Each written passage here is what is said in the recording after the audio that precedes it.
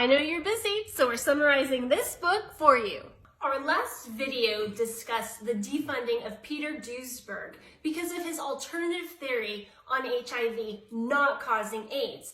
But that begs the question, if HIV doesn't cause AIDS, what does? During the AIDS epidemic in the 80s, there was a strong correlation between AIDS and heavy recreational drug use. One of the signals for AIDS was Kaposi sarcoma and Pneumocystis carinii pneumonia, PCP. Both of these, which were linked to the drug called poppers or amyl nitrite.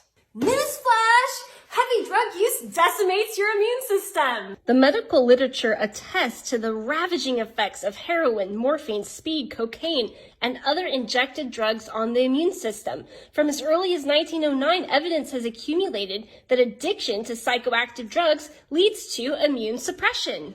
There's actually evidence to support that the vast majority of AIDS deaths were not from the disease, but the treatment to it.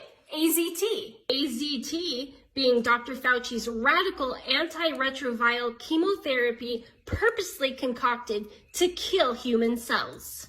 Other causes of AIDS can include the human herpes virus, HHV6, which can infect and kill CD8+ T cells, natural killer cells, and mononuclear phagocytes. All of these are major components of the immune system. HHV6 had a murderous affinity for CD4 and T cells, which could ravage the immune system. The NIH went to cut off funding to anyone who was studying the HHV6 virus because it went against the HIV causes AIDS dogma. Another potential cause for AIDS is a bacterium-like creature known as a mycoplasma. This was discovered by Dr. Shai-Ching Lo. From his research, he claimed the HIV virus is actually a benign, passive, harmless virus that only becomes dangerous in the presence of another organism.